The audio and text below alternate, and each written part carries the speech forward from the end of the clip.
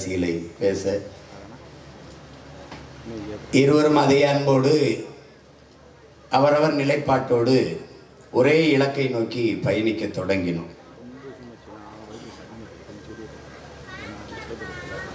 ஒன்றை என்னிலும் இளைய என் தம்பி தங்கைகளுக்கு நான் பதிவு செய்ய விரும்புகிறேன். ஒரு இளைஞன், அதுவும் மிக கீழ்நிலையிலிருந்து வளர்ந்து வருகிற ஒரு இளைஞன் தான் சிறப்பாக வாழ வேண்டும்,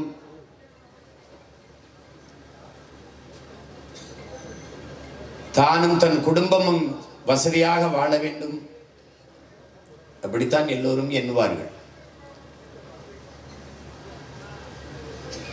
ஆனால் என்னுடைய தம்பி ஆம்ஸ்ட்ராங் அவர்கள் தான் கல்வி கற்று உயர்ந்த நிலைக்கு வந்தது போல தான் சார்ந்த சமூகத்தில் இருக்கிற ஒவ்வொரு மகனும் ஒவ்வொரு பிள்ளையும் வர வேண்டும் என்று எண்ணிய ஒரு மகத்தான தலைவன் ஆம்ஸ்ட்ராங் அவர்.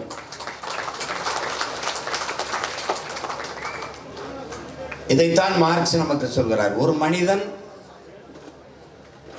தானும் தன் குடும்பமும் வாழ வேண்டும் என்று உழைப்பானேயானால் அவன் மனிதன் ஆகிறான்.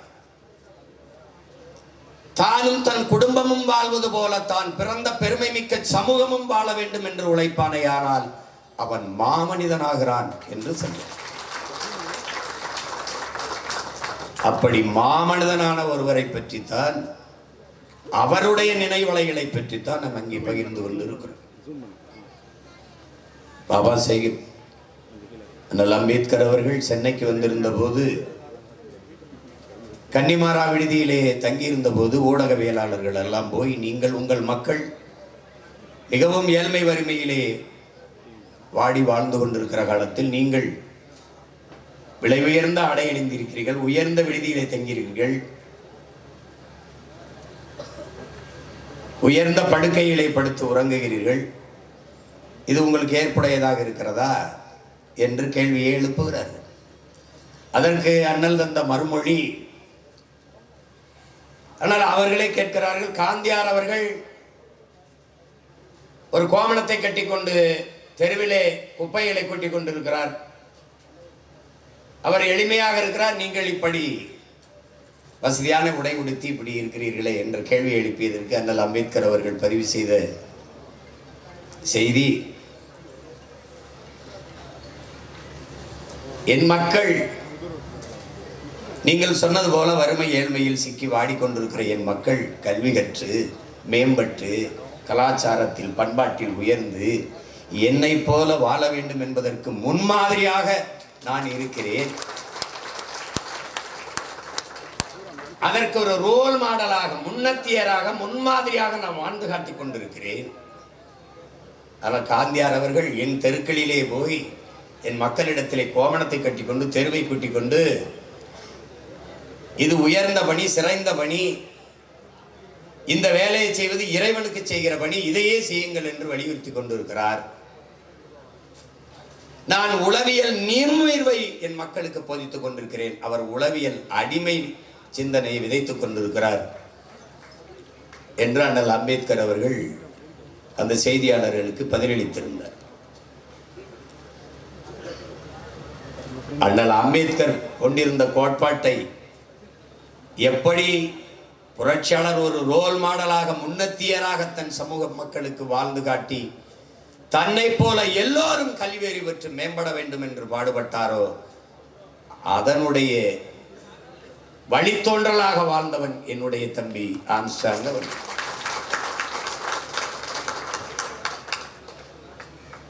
அறிவாசான் என்று அண்ணல் அம்பேத்கரை சொல்வது வெறும் புகழ்ச்சிக்கல்ல என் உடன் பிறந்தார்களே. ஆஸ்திரேலிய நாட்டிலே அந்த நாட்டினுடைய பிரதம அமைச்சர் உலகத்தின் தலை சிறந்த கல்வியாளர் சிலையை திறக்கப் போகிறோம் என்பது செய்தி. அவர்கள் எல்லாம் வாகனத்தில் போய்கொண்டிருக்கிறார்கள். உலகமே அவளோடு எதிர்பார்த்து கொண்டிருக்கிறது. நாம் எல்லோரும் தான். அங்கே போய் ஒரு அரங்கத்திலே ஒரு சிவப்பு பட்டு துணி போர்த்தி ஒரு சிலை மூடி வைக்கப்பட்டிருந்தது. அந்த சிலையை திறந்தார்கள். அங்கே அண்ணல் அம்பேத்கருடைய சிலை, மார்பளவு சிலை, உலகத்திலே ஆகச் சிறந்த கல்வியாளன் சிலை என்று ஆஸ்திரேலிய நாட்டிலே திறந்திருந்தார். ஒரு மனிதன் தன் வாழ்நாளிலே 10,000 புத்தகங்கள் படித்திருக்க வேண்டும், 10,000 மைல்கள் பயணம் செய்திருக்க வேண்டும். இது சீன பொன்மொழி. ஐயா இறையன்பு எழுதிய 10,000 மைல் பயணத்திலே இதை குறிப்பிட்டிருப்பார். ஆனால் ஒரு மனிதன் 64,000 புத்தகங்கள் தன் வாழ்நாளில் படித்தார் என்றால் அது அண்ணல் அம்பேத்கர், அறிவாசன் அண்ணல் அம்பேத்கர் மட்டும்தான். படுக்கிற இடம் கூட தான் படிக்கிற இடத்திற்கு அருகிலே இருக்க வேண்டும் என்று நூலகம் இருக்கிற இடத்திற்கு பக்கத்திலே அறை எடுத்து தங்கிய மகத்தான மேதை நம்முடைய அண்ணல் அம்பேத்கர் அவர்கள். அந்த அறிவாசான் நமக்கு சிலை அல்ல, சிந்தனை. அதுபோல என் தம்பி ஆம்ஸ்ட்ராங்கும் நமக்கு வெறும் சிலை அல்ல, சிந்தனை. இங்கே அருமை பெரியோர்களே, நண்பு பெற்றோர்களே, என்னிலும் இளைய தம்பி தங்கைகளே, அரசியல் அதிகாரத்திற்கு வந்தவன் அல்ல என்னுடைய தம்பி ஆம்ஸ்ட்ராங். அவன் கவுன்சிலரோ, சட்டமன்ற உறுப்பினரோ, பாராளுமன்ற உறுப்பினரோ, அமைச்சர் பெருமக்களோ எதுவும் இல்லை. அண்ணல் அம்பேத்கர் கற்பித்தது போல கற்பி, புரட்சி செய், ஒன்று சேர் என்று போதித்தது போல தான் கற்றது போல எண்ணற்ற இளைய தலைமுறை தம்பி தங்கைகளை கற்க வைத்தவன் நம்முடைய தம்பி ஆம்ஸ்ட்ராங் அவர்கள். அதிலே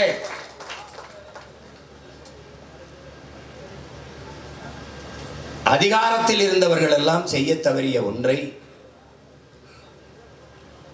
கல்வி மறுக்கப்பட்ட சமூகத்தில் இருக்கிற தமிழ் குடிகளில் எவ்வழி செல்வதென்று தட்டுக்கட்டு தவித்து நின்ற தம்பி தங்கைகளை தேடி பிடித்து தான் படித்தது போலவே பல ஆயிரம் பேரை சட்டம் படிக்க வைத்த ஒரு கல்வி வள்ளல் தம்பி ஆம்ஸ்ட்ராங் என்பதில் எவருக்கு மாற்று கருத்து இருக்க முடியாது.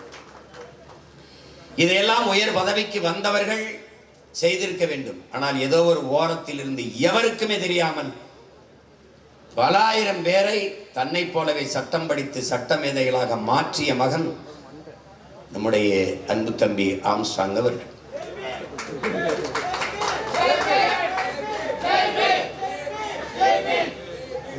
இதையெல்லாம் அவர் விதைத்த விதை, ஃபிடல் காஸ்ட்ரோ சொல்வது போல, விதைத்தவன் உறங்கினாலும் விதை உறங்காது என்பது போல, விதைத்தவன் இன்று உறங்கி இருக்கலாம், ஆனால் அவன் விதைத்த விதைகள் பல ஆயிரக்கணக்கில் நீங்கள் முளைத்து நிற்கிறீர்கள். அநேகமாக இந்த கூட்டத்திலே வெள்ளை உடை அணிந்து நிற்கிற என் தம்பி எல்லோரும், என் தம்பிமார்கள் எல்லாம் அவரால் சட்டம் படிக்க வைக்கப்பட்ட தம்பிகளாகத்தான் இருப்பீர்கள் என்று நான் அறிகிறேன். இந்த மகத்தான பணியை செய்வதற்கு யாரும் முன்வர மாட்டார்கள். தான் சட்டம் படித்தோம், நாம் சம்பாதிப்போம், நம் வாழ்க்கையை பார்த்து கொண்டு போவோம் என்றுதான் இந்த சமூகம் போய்கொண்டிருக்கிறது. மக்கள் பணி செய்ய வருகிறோம் என்று வந்த மகத்தான பெரும் பெரும் தலைவர்கள் என்று நாம் நம்பிக்கொண்டவர்களோட தானும் தன்னுடைய வாழ்க்கையும் என்றுதான் போய்கொண்டிருக்கிறார்கள். ஆனால் அப்படி தம்பி ஆம்ஸ்ட்ராங் இல்லை. அவன் ஒன்றும் 60-70 வயது முதியவன் இல்லை, சாதித்து முடிகிறது. இளம் வயதிலேயே இவ்வளவு பெரிய சாதனையை செய்து முடித்த ஒரு இளைஞன் இந்த நிலத்தில் ஆம்ஸ்ட்ராங் தவிர வேற எவரும் இருக்க முடியாது.